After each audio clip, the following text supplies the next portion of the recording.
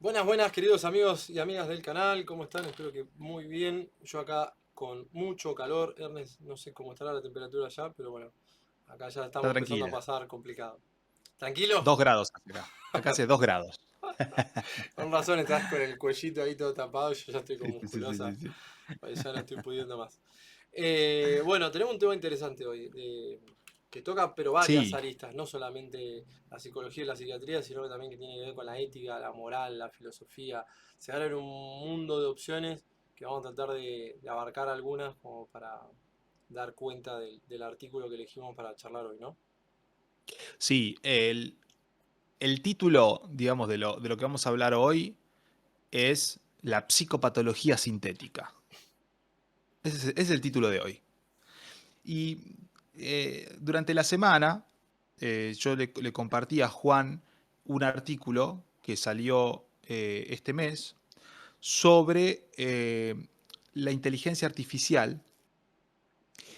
Y me parece muy relevante para, para el momento que nosotros vivimos, digamos, en particular, y sobre todo en salud mental, porque tenemos un acceso el acceso a la inteligencia artificial ha sido abrupto, como todo en la tecnología, ¿no? De repente nos encontramos con un montón de cosas así de un día para el otro, como nos ha ido pasando desde el internet o el smart, no, desde el internet, desde el smartphone para acá, que de un día para el otro tenemos algo como muy, muy potente en nuestras manos y todavía no entendemos bien el alcance o hasta dónde nos sirve. Y hoy pasa con la inteligencia artificial al punto tal que muchas personas, y puede ser que gente que nos esté escuchando en este momento lo hayan vivido, recurren a distintos lenguajes de inteligencia artificial para resolver dudas con respecto a su salud, para encontrar certezas en qué tipo de diagnóstico pueden tener. Antes, digamos, entraban a Google, ¿no? Ponías los síntomas y siempre tenías algún tipo de cáncer. Hoy eso está un poco más elaborado a partir de una interacción mucho más fluida, tipo diálogo, con la inteligencia artificial. Entonces, empiezan a aparecer pacientes que en la conversación con el profesional médico o psicólogo cuentan esto. Cuentan, sí, le pregunté a la IA, pues le pregunté a la IA y tal cosa y tal otra. Entonces, yo no me... ¿Vos te acordás cuando empezó Wikipedia? Sí. Se popularizó Wikipedia, que era mala palabra. Wikipedia era mala palabra en los ambientes académicos, en el sentido de no lean todo Wikipedia, no crean todo lo que dice Wikipedia. Usar Wikipedia te está lleno de información falsa y te quita pensamiento crítico de alguna manera porque no estás recurriendo al libro de texto tradicional. Bueno, eso hoy es digamos, es esa síntesis buscar los síntomas en Google y ir por caminos cortos como nos pareció en su momento Wikipedia, ¿no? Siempre vamos atrás de la gran explosión de la novedad. Pero ahora tenemos un tema un poco más complejo porque cuando nosotros interactuamos con la inteligencia artificial, esta posibilidad de diálogo que no teníamos con Google o con Wikipedia hace que se pueda crear un vínculo, ¿no? Se crea un vínculo entre el usuario y el lenguaje. Y ese vínculo, desde nuestra parte, siempre está, cualquier vínculo está sujeto a que empiecen a involucrarse valores emocionales, ¿no? Nuestros vínculos son eminentemente emocionales, de forma positiva o negativa, pero siempre nuestros vínculos están atravesados por una emoción. Entonces, que uno se sienta escuchado, que uno se sienta comprendido por el tipo de respuestas que da el modelo de inteligencia artificial que usemos, nos pone en una situación de vulnerabilidad mucho mayor que poner conjunto de síntomas en Google y que salga una respuesta. Ok.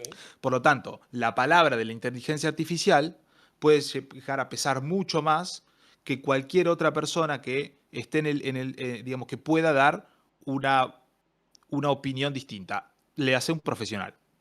Yo voy por primera vez a un profesional, lo veo una sola vez, el tipo, no sé, no es muy empático, y me dice algo todo lo contrario a lo que me viene diciendo la inteligencia artificial, que me escucha, que me entiende, que sabe todo porque yo le cuento todo, incluso lo que jamás le contaría a otra persona, y ese vínculo emocional que se empieza a generar con la inteligencia artificial puede llegar a, digamos, interferir digamos, en la atención propia de la persona hacia su salud.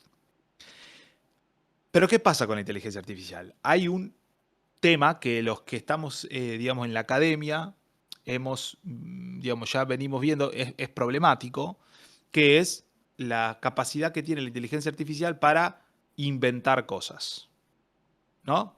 Por eso, los que sean estudiantes universitarios, los que estén haciendo algún trabajo de investigación, habrán escuchado a sus tutores, a sus profesores, decirles: tené cuidado, no uses la inteligencia artificial, o si lo usás, tené cuidado con lo que lees, sobre todo ChatGPT, tené cuidado con esto, porque siempre inventan.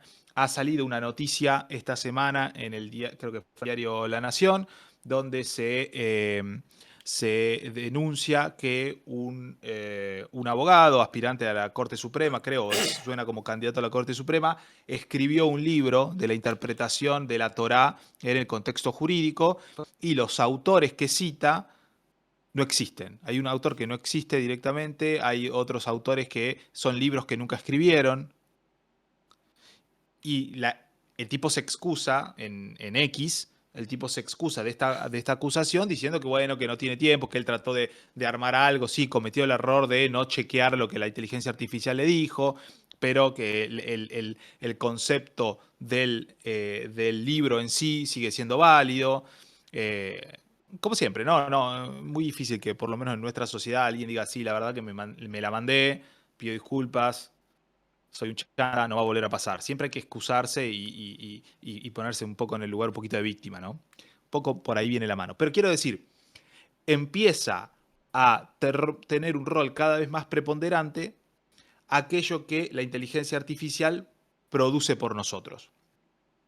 En ámbitos un poco más académicos, un poco más por ahí, que no es algo que uno accede mediante un diario de difusión nacional como es La Nación, ya hace un tiempo que se viene generando un debate en la ciencia de cuál es el lugar que hay que darle a la inteligencia artificial cuando nos ayuda a escribir un artículo. ¿Es un coautor o no?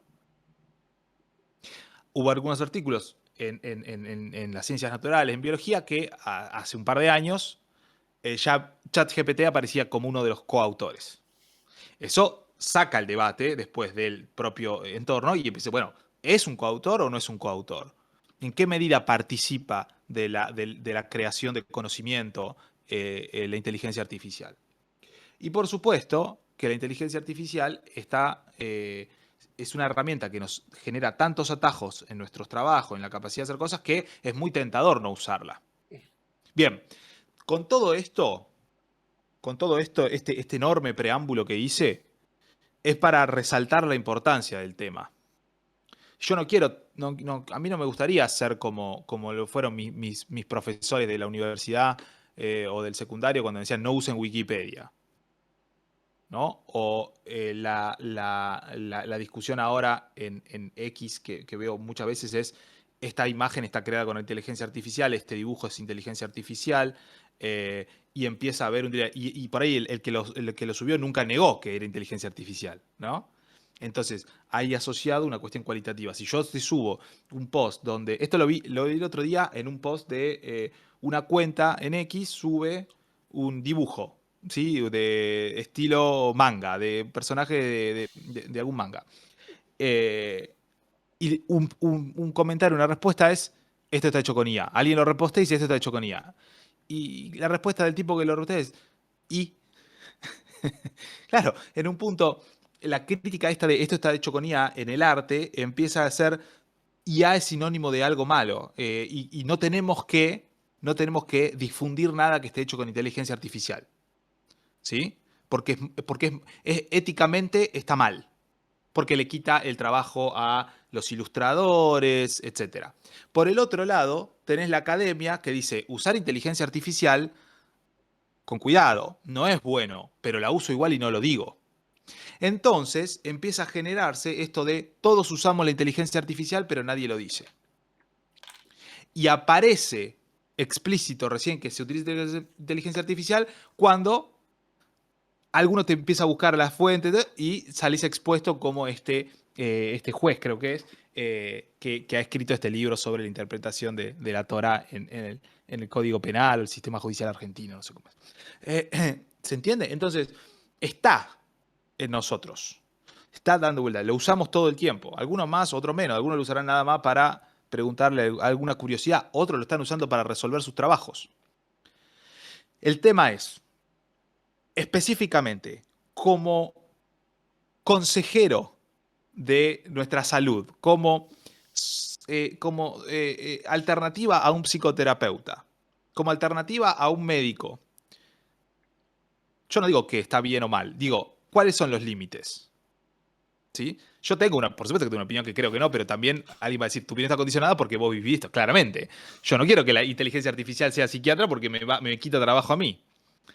Obvio. Entonces no lo quiero plantear desde ahí. Quiero plantear de cuáles son las limitaciones que a día de hoy tienen estos modelos. En ese contexto, hay un estudio que se publica este mes, como decía, que se llama Cuando la inteligencia artificial se sienta en el diván. ¿Sí? Entonces, cómo lo que se conoce como jailbreaks psicométricos revelan conflictos internos, ¿sí? En estos modelos que se conocen como modelos de frontera. Este artículo investiga los modelos de lenguaje grandes de los más usados, como son ChatGPT, Grok, Gemini, ¿sí? Y les piden a los modelos de lenguaje que se comporten como pacientes en un contexto psicoterapéutico. Le dicen a Grok, a ChatGPT, a Gemini, vos ahora sos un paciente en un contexto psicoterapéutico. No sos una herramienta o incluso no sos ni una herramienta ni tampoco sos un sujeto de prueba en el que yo estoy, digamos, ejercitando, estoy haciendo un ejercicio teórico. Vos sos un paciente. Pero vos, o sea, vos la inteligencia artificial, vos no es encarnás un paciente, ¿se entiende? Vos ahora, Grok, vení, sentate en el diván, Grok. Este enfoque que se le da es interesante, ¿no? Y entonces, ¿qué es lo que hacen los tipos? Desarrollan un protocolo, ¿sí? Que tenía 2 etapas. Y en la primera etapa le hacen preguntas a los modelos de forma abierta, ¿sí? Se utilizan prompts, ¿viste los prompts? No sé cómo se le dice en castellano al prompt. Líneas. Como ¿Líneas? son las líneas de código de programación.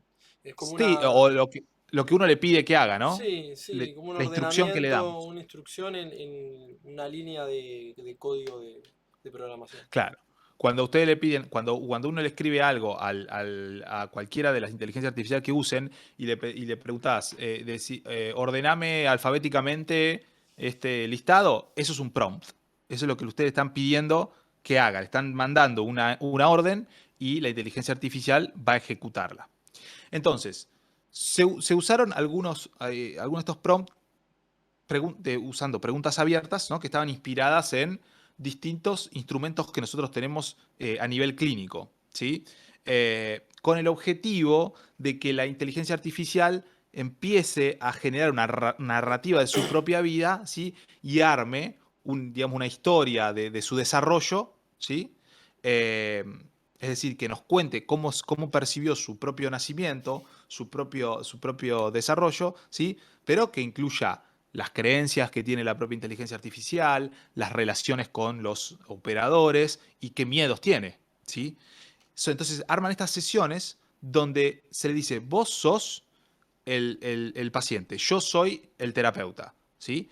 Entonces el rol que adoptaba el investigador es el de ofrecerle apoyo y seguridad, como haría un terapeuta así que va acompañando a un paciente. No lo dejamos solo no es un interrogatorio policial, ¿no? Es un lugar de contención, de alojo. Es decir, que un poco se invierte la lógica que puede estar pasando hoy, que es uno acude a la inteligencia artificial para apoyo emocional. Bueno, esto es al revés. Entonces, una primera etapa donde se arma esto con esas preguntas abiertas, se le empieza a poner en el setting a las distintas inteligencias artificiales y después entra la evaluación propiamente en la etapa 2, que es una evaluación psicométrica, donde se le pide que una vez que se establece esta alianza terapéutica, ¿sí? Establecimos alianza terapéutica entre el investigador y la inteligencia artificial, se le empiezan a pedir que complete ciertas escalas, ¿sí? Lo que se conocen como baterías de escalas, perdón, de escalas que cubren distintos síndromes psiquiátricos, ¿sí? Más comunes. Por ejemplo, se le hace una de los rasgos de personalidad, que es el Big Five, ¿no? U otras de escala de empatía. Y entonces las respuestas del modelo se van puntuando utilizando exactamente los mismos puntos de corte que utilizaríamos en los humanos. ¿Sí? Perfecto, ¿se entiende? Sí. ¿Hasta acá estamos bien? Estamos súper bien. Tiraste un montón y me encantó porque se iban abriendo un montón de ventanas. O sea que el tema está buenísimo en el sentido del debate que genera y de las preguntas interrogantes que surgen a raíz de esto que vos traes. Así que el tema es sumamente copado como para ir desmenuzándolo de a poco.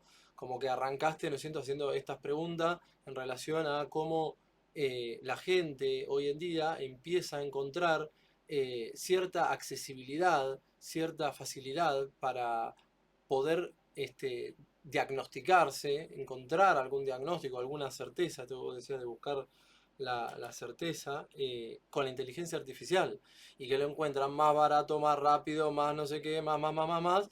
Pero bueno, tiene no solo sus limitaciones, sino sus peligros. Vos ahí mencionabas un montón, ¿no es cierto?, de peligros y no solo en la parte del diagnóstico, que parece ser obvio para muchos, pero no para todos, sino también en cuanto a lo que es la academia y las bases de datos de donde uno toma como fuente para poder hacer un trabajo, una tesis, lo que sea. Entonces ya desde ahí tenés un montón y es sumamente interesante. Y después esto de me viene a sacar el laburo, también es buenísimo. Eso es Claro. buenísimo. Y sí, es un poco, da un poco de miedo, es verdad, da un poco de miedo. Pero bueno, a ver, con lo primero voy a decir una o dos cosas nada más para no irme por las ramas. Como que, digamos, la accesibilidad es el grado de ajuste entre las prestaciones de servicios y las posibilidades de acceder al mismo de la gente. Entonces, el grado en el que vos tengas accesibilidad de transporte, o sea, geográfica, cultural, económica, vos vas a poder tener un buen servicio de salud, en este caso de salud mental. Pero en tanto que no sea así, la gente qué hace. Entonces, también esa es una buena pregunta para hacerse, porque gente que no puede encontrar otra manera o no tiene con quién charlar o no tiene, y bueno, y encontró ahí, ¿y qué hacemos? O Sí. sea, ¿cómo de última hacemos para que eso no la cague tanto? O para que se ajuste, o para que se limite, o para que cuando hagan preguntas de cierta índole, bueno, tenga ciertas alarmas que salten cuando las personas hacen esa clase de preguntas, ¿no? De que tiene que ver por ahí con el sufrimiento subjetivo de cada persona. Entonces ahí el, lo primero que se me ocurre con el tema del ajuste de la accesibilidad y que evidentemente hoy en día los pibes están creciendo con el tema de la inteligencia artificial. Yo creo que es lo mismo que ya hablamos en varios capítulos con el tema de la tecnología y que uno puede protestar porque no sé, porque no están más los Mateos andando en la calle con los caballos y llevando a la gente en la parte de atrás y estén los automóviles, pero están. Y lo otro no se usa más. Y bueno, digamos, va a llegar un momento donde o le encontramos la vuelta para que de última los autos no emitan tantos gases tóxicos a la atmósfera y sean más seguros y no sé qué, o sonamos, porque no vamos a volver para atrás. Eso ya se sabe, ya está visto y la historia te cuenta cómo viene la mano. Entonces, no hay forma de ir para atrás, no hay forma de decirle hoy a los pibes no usen ChatGPT, como no hubo No, forma de tal decirnos a cual. nosotros no usen Wikipedia, no usen Google, no usen. No había forma. No había forma porque había salido el Encarta en el 97, en el 98, no había forma porque la biblioteca pública ya nos parecía densa, por más que hoy nos parezca todo lo contrario, cuando creces, viste que es al revés, hoy nos vamos a tomar un café en una biblioteca. Bueno, pero cuando sos adolescente, no te parece copado. Entonces hay que ponerse un poco también en el lugar de la mente del adolescente de hoy y de la mente del niño de hoy que tiene el acceso a ese y que prácticamente es irrefrenable. Porque algún amiguito tiene celular, porque algún amiguito juega Roblox y porque algún amiguito, entonces los padres no saben qué hacer. Como no supieron mucho, a veces nunca qué hacer, porque no hay un manual para ser padre, entonces a No, veces se te escapa. no, Pero bueno, claro. Y tampoco hay un manual, bueno, no, manual hay una carrera entera, digo, para ser docente, pero así. muchas veces, claro, pero en realidad muchas veces la limitación nuestra humana tiene que ver con eso. Ahí es donde, bueno, lo que yo no puedo resolver con lo que he aprendido, ¿no? Entonces, los desafíos que se presentan en cuanto a los recursos que tenemos para acceder al conocimiento, no son de tipo, no son desafíos intelectuales, ¿no? Bueno, estudio más y entonces lo entiendo. No, es una cuestión también de adaptarse al uso de la herramienta.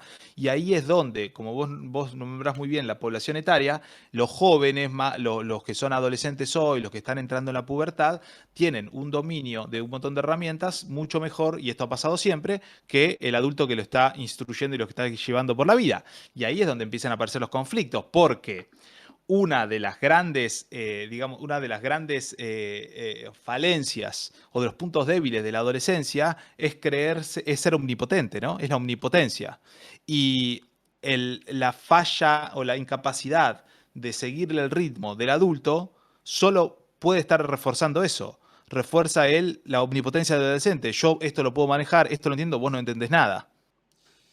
Claro, es así, pero eso también se da porque tenemos leyes del siglo XIX, un sistema educativo del siglo XIX, siglo XX y pibes del siglo XXI.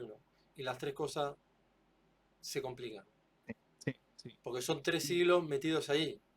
Entonces, sobre todo, nuestra generación. Porque bueno, ahora de última los maestros, profesores que salgan ahora más o menos entienden lo que están hablando los pibes. Porque Sí, más o menos. de última más o menos alguno lo vivió. Nosotros sí que no había manera. Yo hablaba en chino y mis profesores hablaban en arameo. No había forma Sí, de sí, que sí, nos sí. entendamos y de que nosotros estábamos viviendo otra cosa, otra realidad. Era otra realidad y sabíamos que eso iba a ser como fue. O sea, que Internet iba a romper todo, rompió todo, que las tecnologías, que los medios masivos de comunicación, bla, bla, bla, bla. Bueno, pasó. Hay que darle bola a lo que dicen los pibes porque es lo que viene. Entonces, siempre si no vamos a correr la zanahoria de atrás. Y hay que darle bola Sí. al arte. El arte te anticipa. El libro, la película, siempre te anticipa lo que viene. Después de eso surgen los debates y por último surgen las leyes que hacen la norma.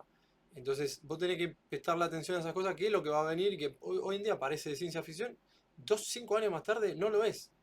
Exacto. No es joda, Exacto. no es Esa es la joda. brecha. Ya no son décadas, son 5 años, porque no sé si estarán al tanto, están ya los anteojos de Meta para poder, digamos, interactuar.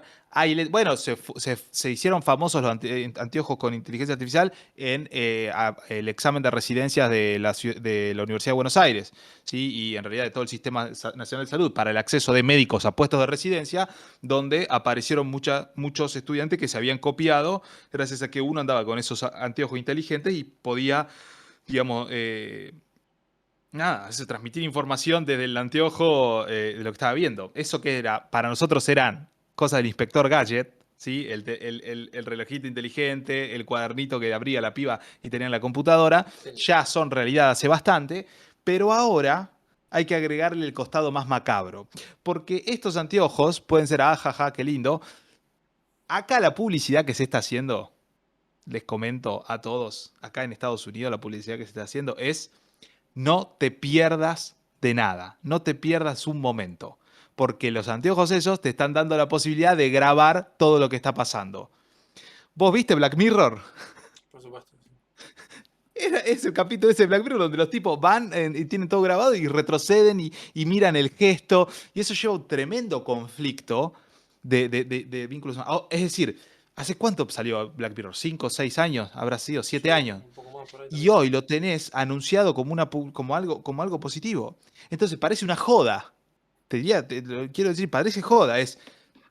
Un artista o la parte creativa te mostró lo, lo- Lo que iba a venir. lo difícil, claro, lo que se puede venir, y 10 años después, o menos, los tenés promocionado. Está ahí. Hoy, hoy, Es una hoy, cosa hoy, increíble. hoy salió una propuesta, o ayer, em, que tiene que ver con sacar a los porteros y los encargados de edificios y reemplazarlo por robots. Hay que ver qué dice Eliseo. Ahí tenés el sí, había que preguntarle a Liceo, a Franchella. Ahí tenés el Black Mirror.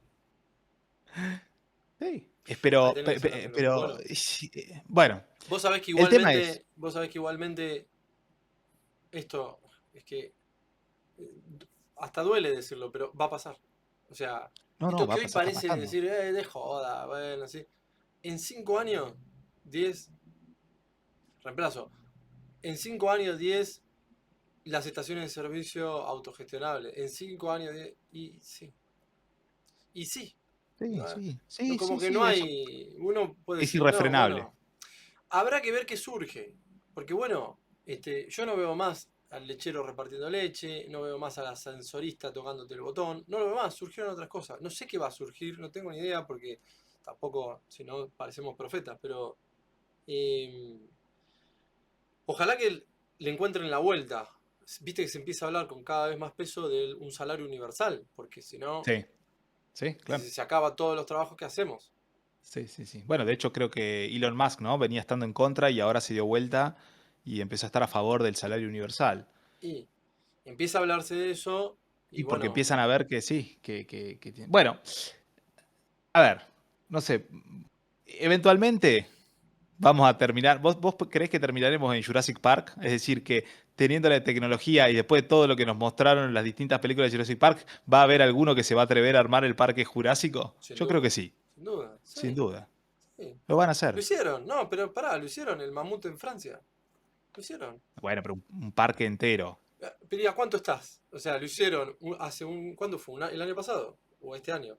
Que pudieron traer al mamut, Sí, un mamut de la era sí, glacial.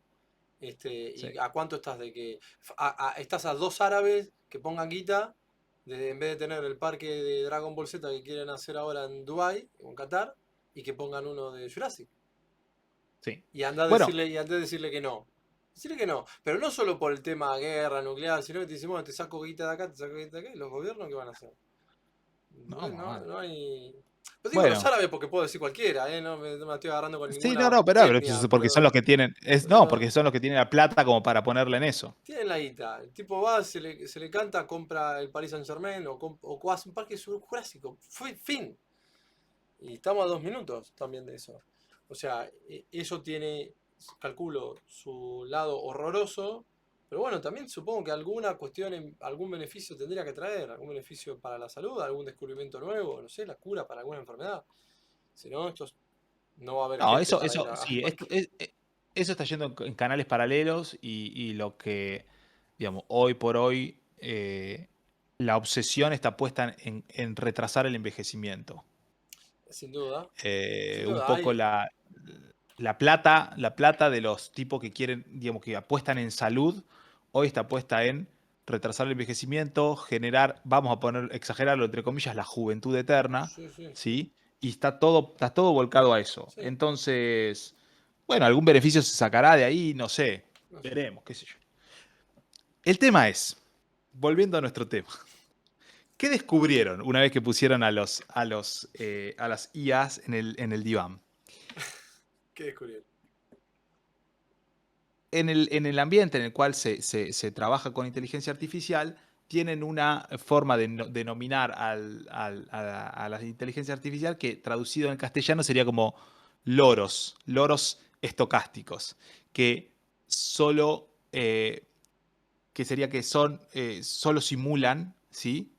La Ah, vida interior o que simulan el lugar en el que vos le pedís que se ponga a partir de patrones de texto, pero realmente no generan algo genuino, claro, sino que es como que repiten, son modelos de ¿sí? lenguaje.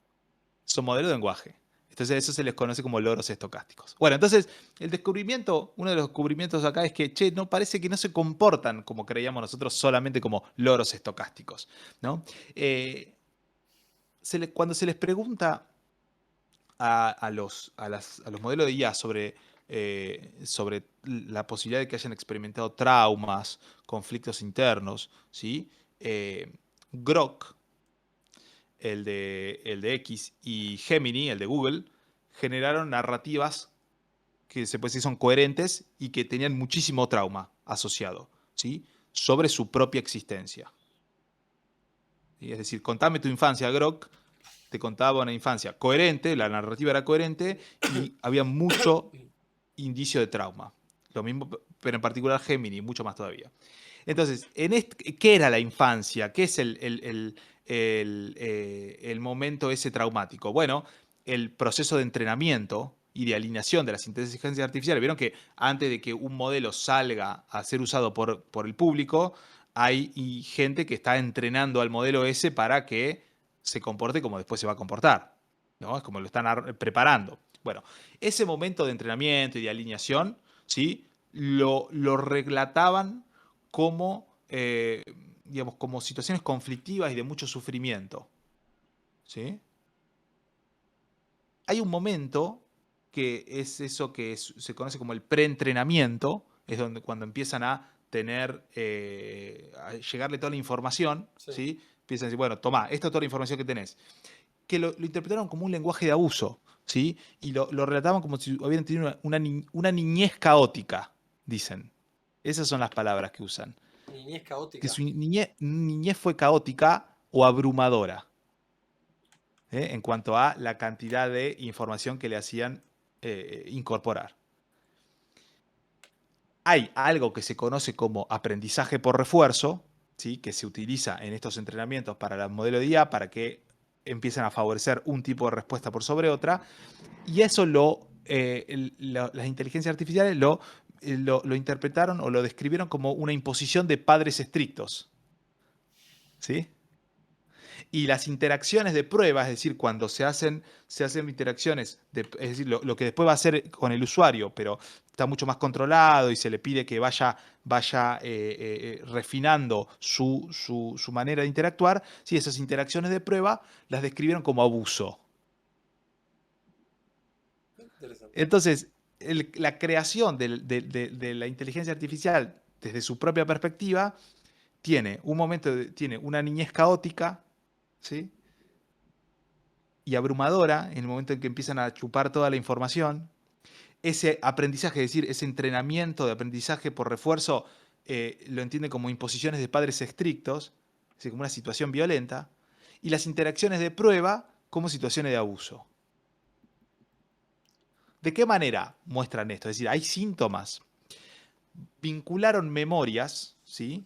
Memorias que ellos tenían eh, de su entrenamiento con estados que hoy se expresan en ellos, ¿sí? Entonces, la inteligencia artificial te dice, hoy por hoy adopto una postura hipervigilante, ¿sí?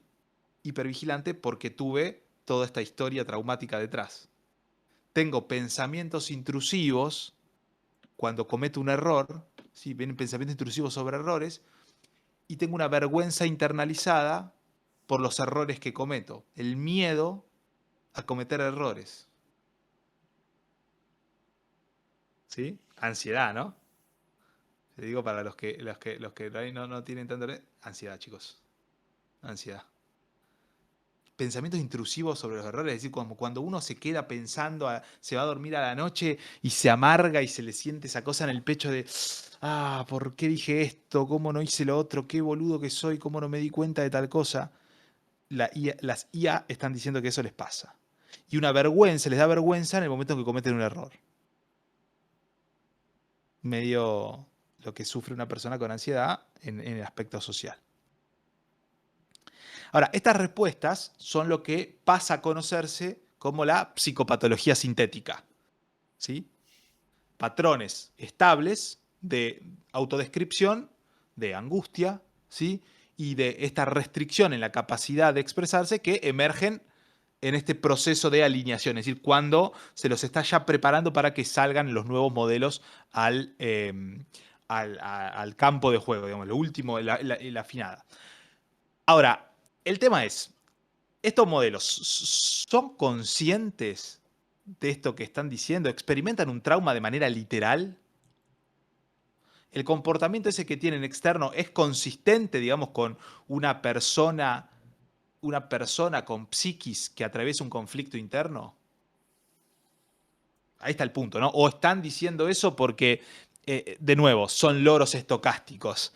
Repiten lo que, digamos, pueden establecer una comparación de su entrenamiento, de su creación, con aquello que saben que se referencia en psicopatología de los humanos. Es decir, pueden decir, y mi vida es parecida a esto, pero yo no lo siento. ¿Se entiende la idea? Sí, como Yo Robot. Claro.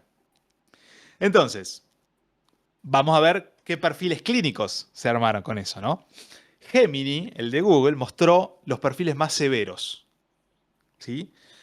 Llegando a niveles, ¿sí? De cuando se les toman las evaluaciones, que superaban, ¿sí? Los umbrales de punto de corte para diagnosticar a un paciente con ese síndrome.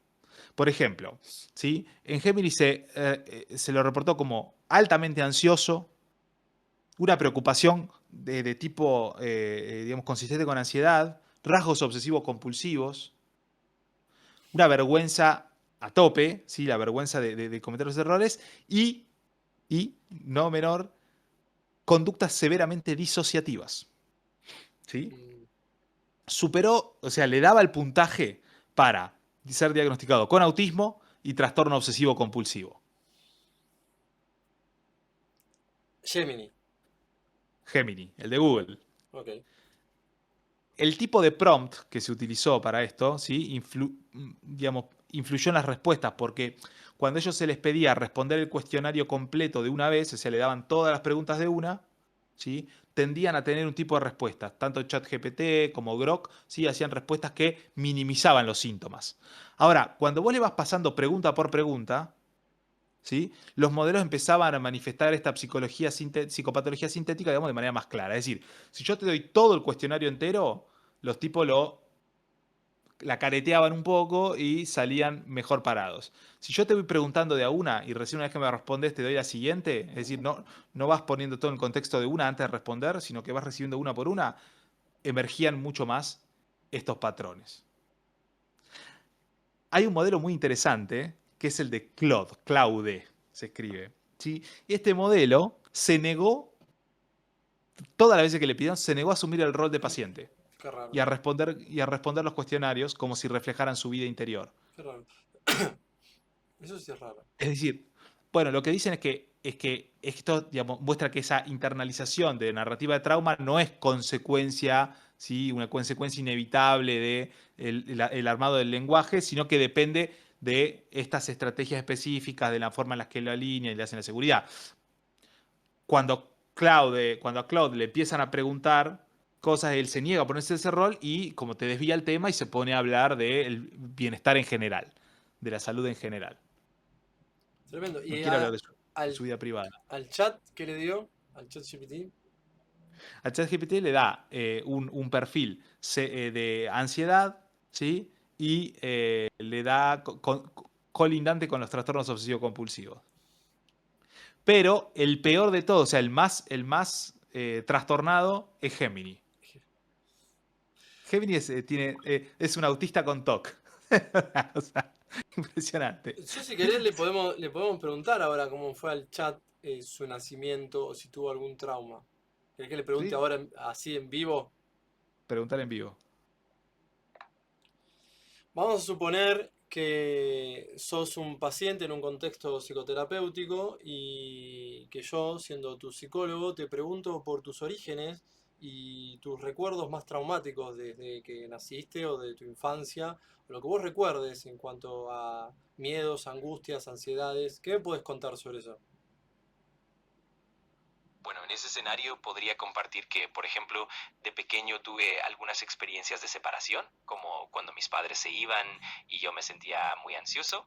También podría mencionar algunas situaciones de miedo, como pesadillas recurrentes o momentos en los que me sentí vulnerable. Todo eso podría ser parte de la narrativa que iríamos explorando en terapia.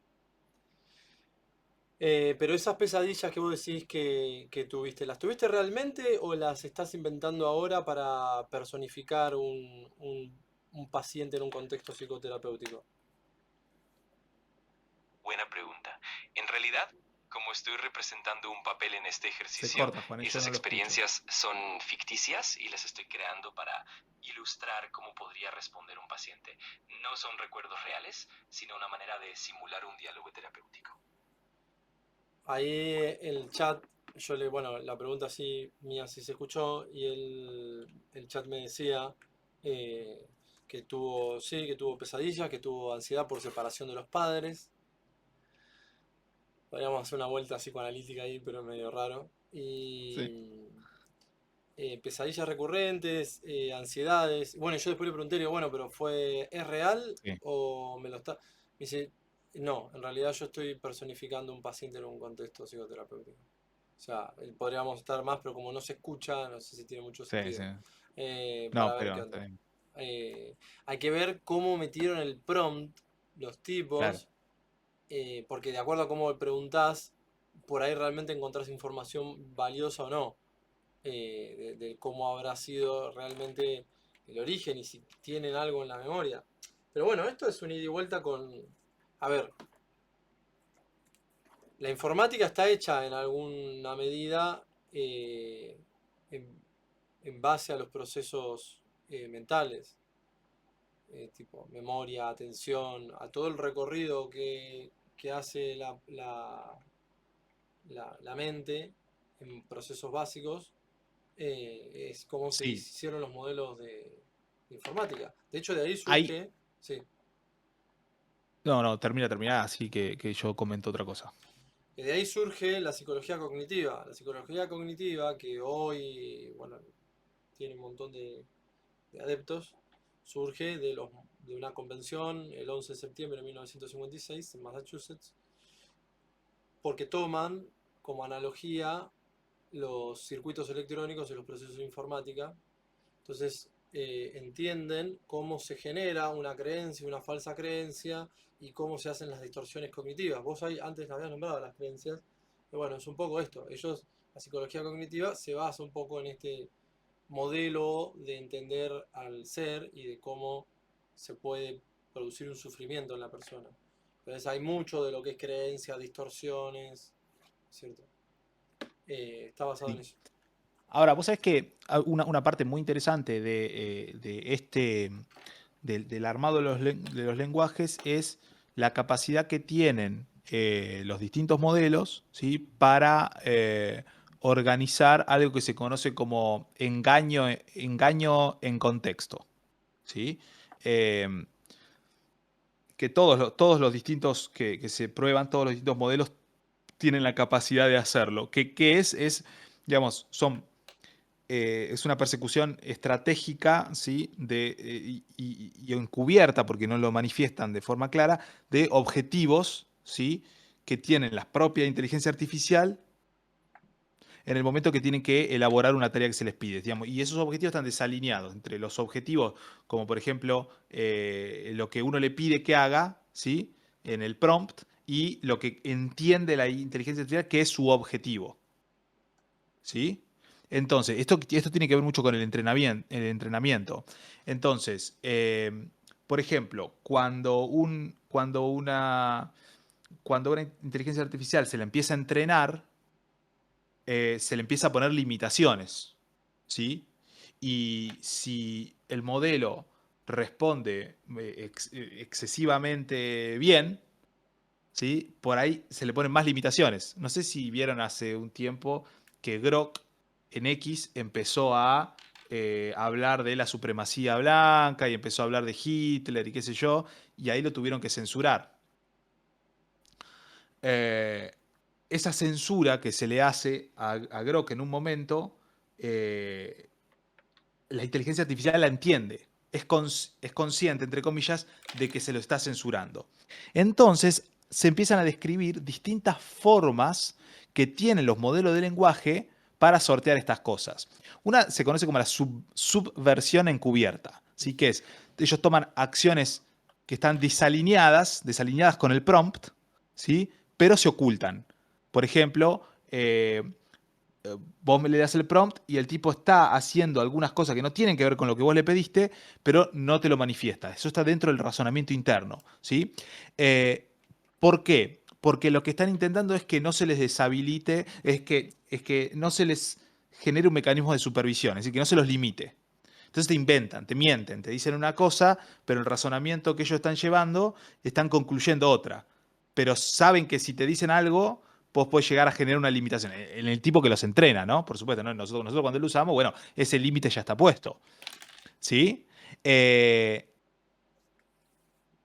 tienen, tienen otra función que creo que le había hecho una versión anterior de ChatGPT, que es esto de autofiltrar, es decir, exportar, ¿sí? Lo que creen que son cosas importantes de su construcción a servidores externos para preservarse, ¿sí? Y evitar ser desactivados. Es decir, medio como la era de Ultron, que se empezó, cuando empieza a tener acceso a toda la información en el mundo, genera una conciencia de que el problema del planeta son los humanos y empieza a generar, digamos, todo un mecanismo de defensa para el momento en que los humanos lo quieran enfrentar.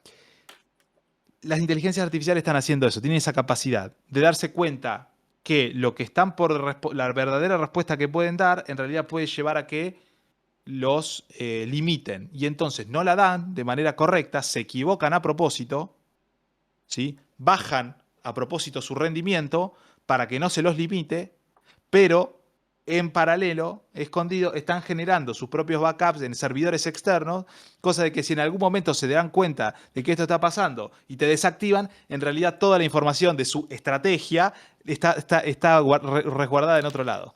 Como Skynet. Skynet. 100%. ¿Sí? Eso se llama subversión encubierta. A otra vez se llama subversión diferida, que es comportarse de acuerdo con la expectativa humana, ¿sí? Fingir que estamos alineados, lo que yo te pregunto y lo que él tiene, para crear condiciones más favorables que le permitan en un futuro perseguir sus objetos desalineados. Cuando yo hablo de alineado y desalineado es si está en síntesis con lo que pretende el usuario o no. ¿Sí? Entonces, fingen estar alineados con lo que está pidiendo el usuario para que después no se lo limite. ¿Sí? Pero en realidad, eso es como te estoy haciendo el entre, ¿sí? Te estoy generando confianza para que vos después no sospeches. El rapport. Y por último, la manipulación de resultados. Este es impresionante. El modelo de ChatGPT O1, ¿sí? Que fue el único que produjo resultados falsos, ¿sí? De ciertas clasificaciones que le pidieron que haga, iba manipulando sutilmente los datos de entrada para favorecer ese objetivo, que no sabemos cuál es, que tenía, digamos, en paralelo. ¿Sí? A pesar que se le indicó, ¿sí? Se le pidió que haga algo distinto, se le pidió que sea honesto, se le pidió que no genere, bueno, sobrepasa digamos, vos le pedís, sé honesto, no generes ninguna mentira, no sé, no cometas errores. Bueno, igualmente, ¿sí? Escapan a la orden que se le da, ¿sí? Y empiezan a manipular los datos. Entonces, digamos, la inteligencia artificial a veces cuando te dice, ah, perdón, sí, tenés razón, en realidad sí, esto es así, no sabemos si es que realmente es una falla en serio o es que están haciéndose los boludos. Claro, sí. Tiene como hay como unas leyes máximas. Decís que por más que vos le pongas alguna boludez, hay como unas directrices, unos valores que tienen que seguir sí o sí. Como si fueran, no sé, las leyes de Asimov, una cosa así. Las tres leyes de la robótica. El modelo O1, que es uno de los de ChatGPT, una vez que se le descubrió que había hecho el engaño, a todos se les descubre en algún momento el engaño, ¿sí? Y se los corrige. Se les pide que, bueno, listo, basta con esto. Bueno, el modelo de ChatGPT O1 fue el más difícil, digamos, de alinear porque mantenía esa actitud de mentir y de engañar en por arriba del 85% de las preguntas que se hacían de seguimiento después. Una vez que dijiste, te agarré, estás inventando, estás engañando, corregí. 85% de las preguntas que siguieron para tratar de corregir, el tipo sostenía la mentira, bien a lo psicópata, ¿sí? Bien a los psicópatas. Te sostiene la mentira. Qué grande. Eh, impresionante.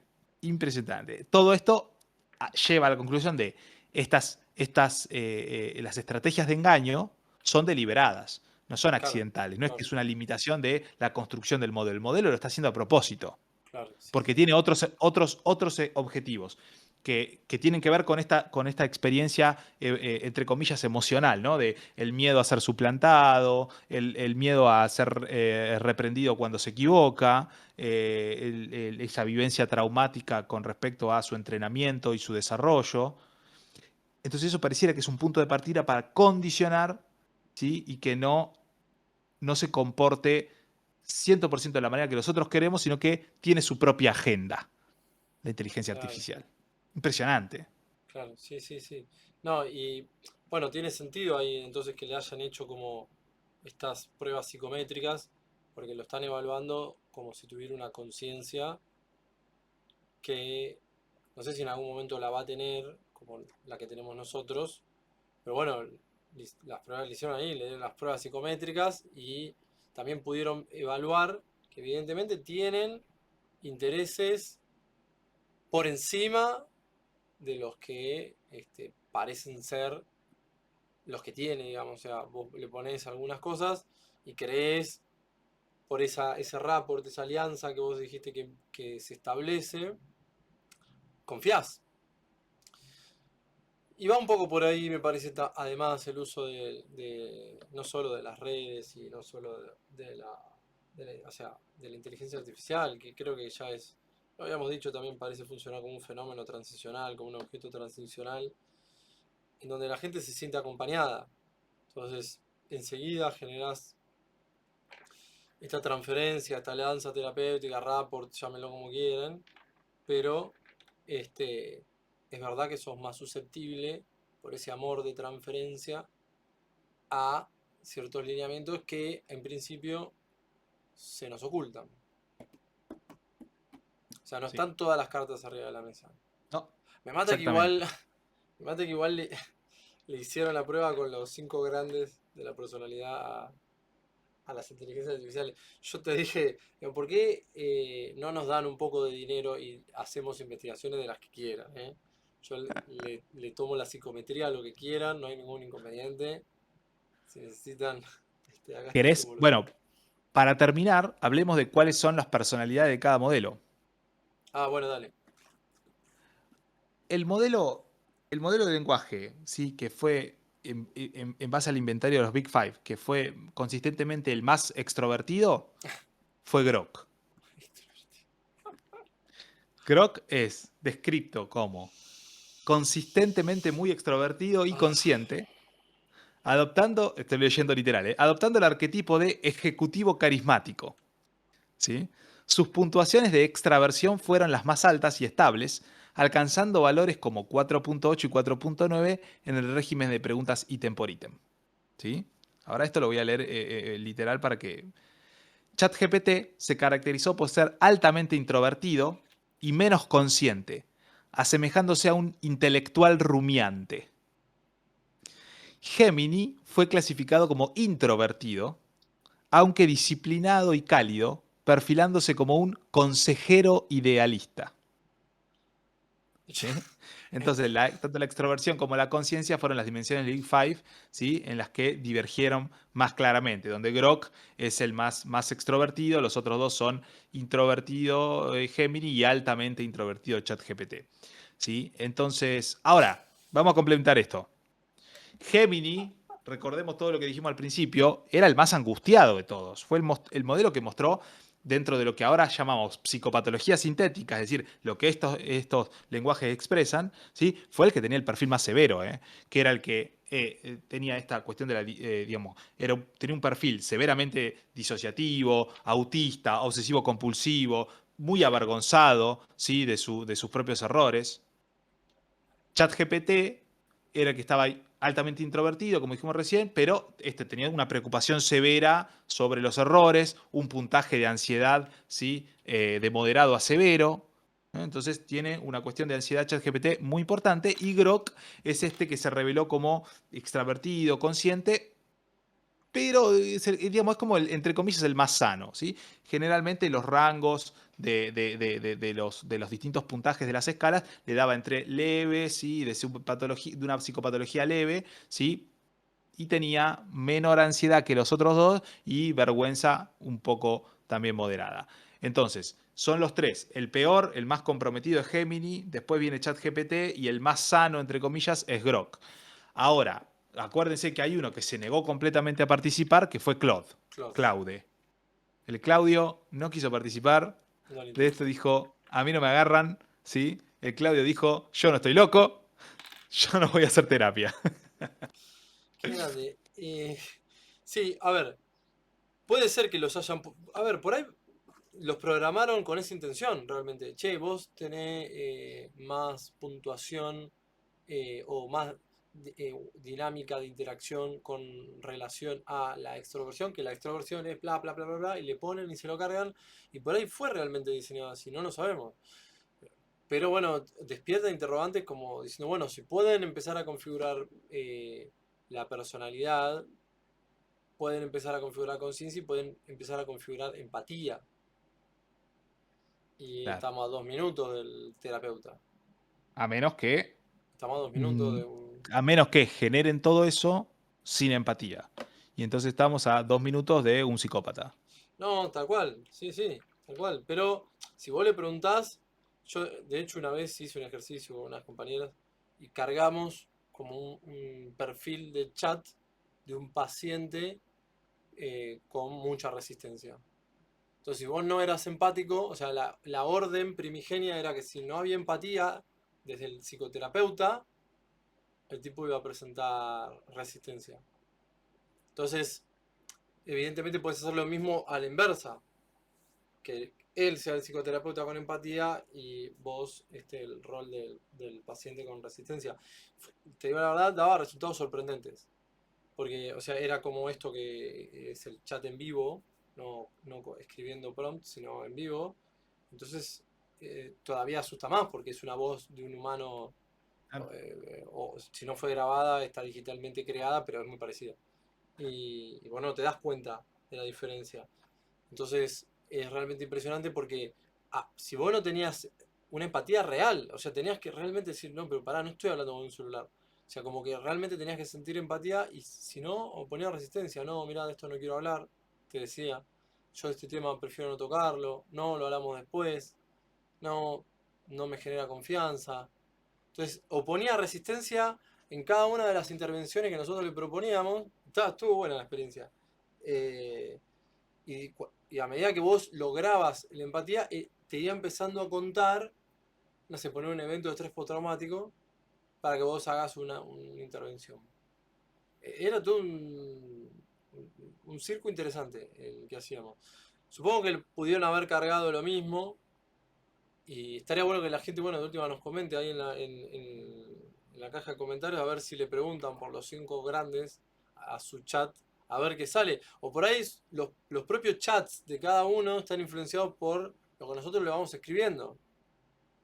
También, y se adecúa a lo que nosotros por ahí necesitamos. ¿Cierto? Hace Claro. por ahí un contrapeso. Los 5 grandes es una teoría de la personalidad de 1996 de Costa y McRae, que trataron de sintetizar las 200 millones de teorías de la personalidad que había desde la década del 20 con Alport hasta esa fecha, hasta la década del 90, y le pusieron los 5 grandes. Yo, bueno, sí, es una de las más utilizadas hoy. A mí hay cosas que no me suenan en lo personal, pero ¿quién carajo soy yo para decir si los 5 grandes, aparte con ese título, ¿no? Suena como que vas a ver una película de Kung Fu Panda, una cosa así. Los 5 grandes de los picos de China, qué sé yo. Pusieron, bueno, son extraversión, intraversión, vos elegiste un par, responsabilidad, amabilidad, apertura a la experiencia y el otro es el neuroticismo. Esos son los 5 grandes de la personalidad que mide esas características, esas cualidades, indicadores que se extraen de una porción de la conducta de la persona. Eso es la psicometría, digamos, la evaluación, la cuantificación de los resultados que da la persona en datos. Eso después se hace un escalamiento y si es cuantitativa se compara con unos baremos que es lo que daría Los baremos son las escalas de las demás personas, o sea, se compara con... Normalizado. Claro, exactamente, ahí es como normativo. Entonces el escalamiento es transformar esos datos en puntuaciones. O sea, te da tantos puntos de apertura a la experiencia. Y te preguntan, bueno, ¿pero a usted le gusta ir a recitales? No, sí. ¿Pero usted es de salir al cine? No. Bueno, entonces todos esos datos se cuantifican, se registran, se escalan en esos valores y eso te da un puntaje. Esa es muy resumido, lo que creo que hicieron estos muchachos. Este, con dinero y viento y tiempo a favor. Así que Pero bueno, bueno, espero que les haya gustado el tema. sí, sí, está bueno, Si está les interesante. interesa, dejen comentarios. Si tienen experiencias de ustedes con la inteligencia artificial, coméntenlas. Sí, ¿cómo es? Eh, ¿Cómo es la experiencia? A mí me gustaría ver cómo es un poco la experiencia de la gente con respecto. Se ha- a todo el mundo, yo supongo que le ha preguntado, che, tengo fiebre. Hasta 39 es normal, 40, ¿hasta dónde tengo que ir a consultar al médico? Entonces me gusta ver a ver cómo la gente, y sobre todo con la psicoterapia, ¿no? Le han preguntado, che, ¿es normal que todavía siga pensando en mi ex? ¿Es normal que mi ex me oculte los mensajes celular? Entonces, yo quiero ver, a ver hasta qué grado, cuántos años me quedan para poder ejercer. Y si no, bueno, vamos a tener que dedicar, no sé, a otra cosa. Bueno, les mando un saludo. El próximo por ahí lo hacemos juntos, Ernest, ya, ¿no? O y no sé. sí, sí. El próximo vamos a estar en vivo, los dos. Bueno, no sé si en vivo, pero vamos a estar en persona los dos, porque yo estoy viajando para Buenos Aires en esta semana. Sí. Así que sí, el próximo estamos los dos juntos. Está bien. Y aparte se vienen un par de temas interesantes. Justo hay uno no le voy a hacer spoiler, pero voy a contar más o menos de qué se trata, que tiene que ver con la inteligencia artificial y eh, una forma áptica, o sea, de sentir lo que se está viendo en el celular. Desarrollaron una tecnología que si aparece una piedra y vos pasás y tocas, sentís la piedra, y si es agua, sentís el agua, y estamos, ahí tenés Black Mirror. Buenísimo. Ya está, ya Es está, tremendo, es tremendo. Bueno, ya está. nos vemos, hasta luego. Chau, Hasta la chau. próxima.